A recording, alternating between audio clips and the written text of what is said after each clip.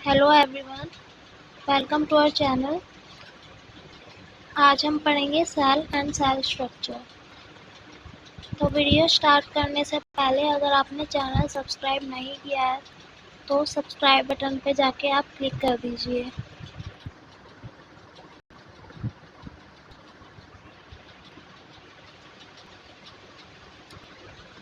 पहले हम पढ़ेंगे सेल होता क्या है। सेल एक बेसिक यूनिट होती है लाइफ की। ये फंडामेंटल, स्ट्रक्चरल और फंक्शनल यूनिट होती है सभी लिविंग ऑर्गेनिजम्स की।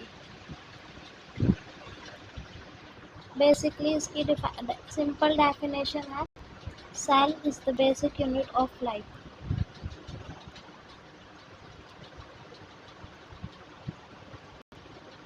तो एक डच माइक्रोबायोलॉजिस्ट थे और माइक्रोस्कोपिस्ट थे, एंटोन वॉन ल्यूवेनहोयट। तो उन्होंने पहले देखा था और डिस्क्राइब किया था living cell.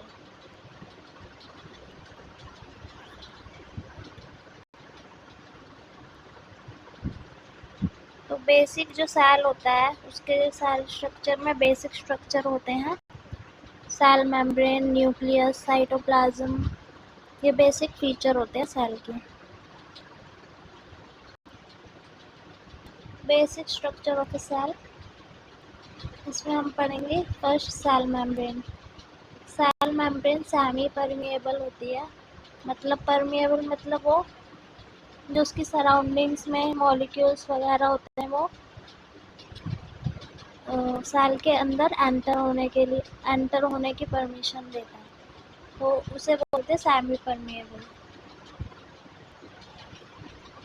Semi means half, तो कुछ हद तक ये परमिएबल होता है। और बैरियर्स एंड गेट कीपर्स। तो बैरियर्स एंड गेट कीपर्स, ये इसका फंक्शन होता है सेल मेम्ब्रेन का। जो भी इसकी सराउंडिंग होती है उसमें से ये सेल से सराउंडिंग से सेल को प्रोटेक्ट करती है सेल मेम्ब्रेन। नेक्स्ट है साइटोप्लाज्म। साइटोप्लाज्म मेन एरिया होता है सेलुलर एक्टिविटीज का। प्लांट और एनिमल सेल में सब दोनों में होता है ये। तो जो भी आपकी सेलुलर एक्टिविटीज वगैरह होती हैं वो होती हैं साइटोप्लाज्म में। थर्ड है nucleus. Nucleus first it was discovered by a Scottish botanist Robert brown. तो एक स्कॉटिश बोटैनिस्ट थे रॉबर्ट ब्राउन, उन्होंने ये डिस्कवर किया था। न्यूक्लियस कंटेन करता है chromosomes. Chromosomes in turn contain करते हैं जेनेटिक मटेरियल डीएनए। तो जैसे कि डायग्राम में देख सकते हैं आप, सेल मेम्ब्रेन जो कि सेल को उसकी सराउंडिंग से प्रोटेक्ट करता है। साइटोप्लाज्म जिसमें सारी सेलुलर एक्टिविटीज़ होती हैं। न्यूक्लियस जिसमें आपका क्रोमोसोम होता है और क्रोमोसोम जो कंटेन करता है वो होता है genetic material DNA. Nuclear membrane present होता है। अब ये कौन से सेल में प्रेजेंट होता है ये हम पढ़ते हैं नेक्स्ट सेक्शन में। ये कुछ एग्जांपल्स हैं सेल के, different type of cells. Red blood cells, white blood cells, nerve cell, mesophyll cells. तो सेल जो होते हैं वो शेप और साइज में काफ़ी ज़्यादा डिफर करते हैं और फंक्शन में भी डिफर करते हैं। किसी सेल में ज़्यादा फीचर्स होते हैं, किसी में कम फीचर्स होते हैं।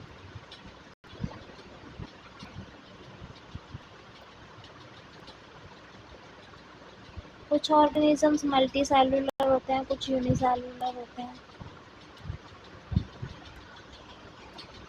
Eukaryotic cell versus prokaryotic cell, इनमें क्या डिफरेंस होता है? तो यूकैरियोटिक सेल वो सेल होते हैं जिनमें मेम्ब्रेन बाउंड न्यूक्लियस होता है और प्रोकैरियोटिक सेल में मेम्ब्रेन बाउंड न्यूक्लियस नहीं होता है।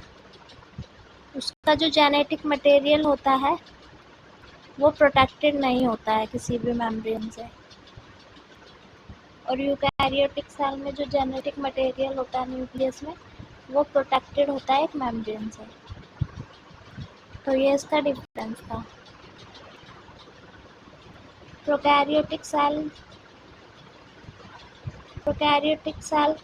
के एग्जाम्पल कुछ हैं, वो है bacteria, blue green algae, mycoplasma और प्लूरोन्यूमोनिया लाइक ऑर्गेनिजम्स।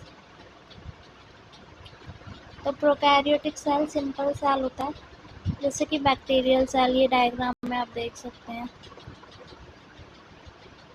इसका जो जेनेटिक मटेरियल है वो किसी भी मेम्ब्रेन से बाउंडेड नहीं है, तो ये फ्रीली यहाँ पे कंटेन है। Next, all prokaryotes have a cell wall surrounding the cell membrane except mycoplasma। तो सारे प्रोकैरियोट्स जो होते हैं ऑर्गेनिज्म, उनमें सेल वॉल होती है जो कि सेल मेम्ब्रेन को सराउंड करती है, एक्सेप्ट माइकोप्लाज्मा में नहीं होती है सेल वॉल। नेक्स्ट है मीजोजोम। मीजोजोम इनकी एक स्पेशलाइज्ड स्ट्रक्चर होता है प्रोकैरियोटिक सेल का, जो कि सेल मेम्ब्रेन की फोल्डिंग्स होती हैं जो कि सेल में अंदर ऑब्टेन होती हैं। मीजोजोम। यूकैरियोटिक सेल फाउंड होता है प्लांट्स में, एनिमल्स में, फंजाई में, प्रोटिस्ट में। ये है इसका डायग्राम। तो प्रोकैरियोटिक सेल के मुकाबले यूकैरियोटिक सेल में ज़्यादा ऑर्गेनेल्स होते हैं, जैसे कि ribosome, centrioles, Golgi body, cytoplasm तो होता है,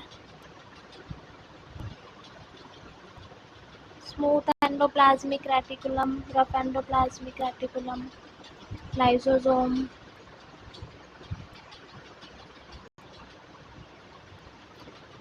यूकैरियोटिक सेल में कुछ और भी मेम्ब्रेन बाउंड स्ट्रक्चर होते हैं जिन्हें हम कहते हैं ऑर्गेनेल्स।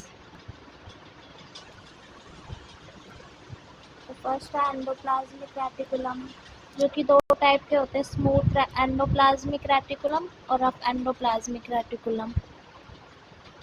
स्मूथ एंडोप्लाज्मिक रेटिकुलम जो होता है वो स्मूथ होता है, उसमें कोई भी स्ट्रक्चर आउटर लेयर पे नहीं होता। लेकिन जो रफ एंडोप्लाज्मिक रेटिकुलम होता है उसके सरफेस पे राइबोसोम्स होते हैं, इसलिए उसे बोलते हैं रफ एंडोप्लाज्मिक रेटिकुलम। नेक्स्ट है गोल्गी कॉम्प्लेक्स। थर्ड है लाइसोसोम्स, जिन्हें हम सुसाइडल बैग्स के नाम से जानते हैं। तो लाइसोसोम्स सुसाइडल बैग्स होते हैं, इसलिए कहते हैं क्योंकि जब वो एज्ड हो जाते हैं, ये ऑर्गेनेल्स एज्ड हो जाते हैं या फिर कुछ इनमें अटैक वगैरह हो जाता है, तो इनमें हाइड्रोलाइटिक एक्टिविटी बहुत ज़्यादा होती है,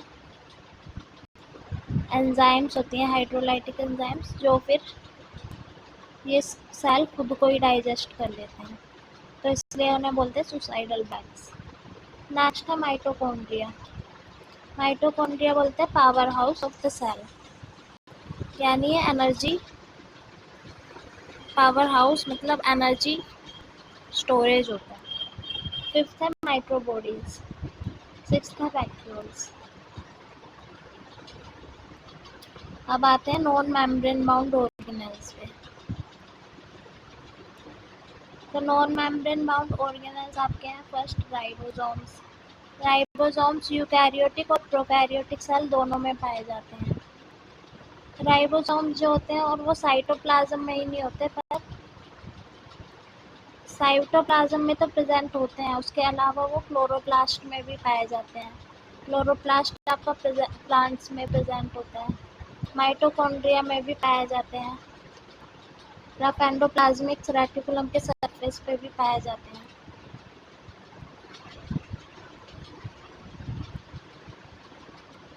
तो राइबोसोम जो होते हैं हमने पढ़ा था कि 2 टाइप्स के होते हैं, स्मूथ एंडोप्लाज्मिक रेटिकुलम, राइबोसोम जो होते हैं रफ एंडोप्लाज्मिक रेटिकुलम के सरफेस पे प्रेजेंट होते हैं। तो राइबोसोम्स का जो मेन फंक्शन होता है वो सिंथेसिस करते हैं, प्रोटीन्स को सिंथेसिस करते हैं, प्रोटीन्स का सिंथेसाइज करते हैं। रफ एंडोप्लाज्मिक रेटिकुलम का फंक्शन होता है, मतलब वो सिंथेसाइज करते हैं, लिपिड्स को सिंथेसाइज करते हैं। सेकंड है सेंट्रोसोम। सेंट्रोसोम जो है ये एनिमल सेल्स में पाया जाता है, जो कि सेल डिवीजन में मदद करता है।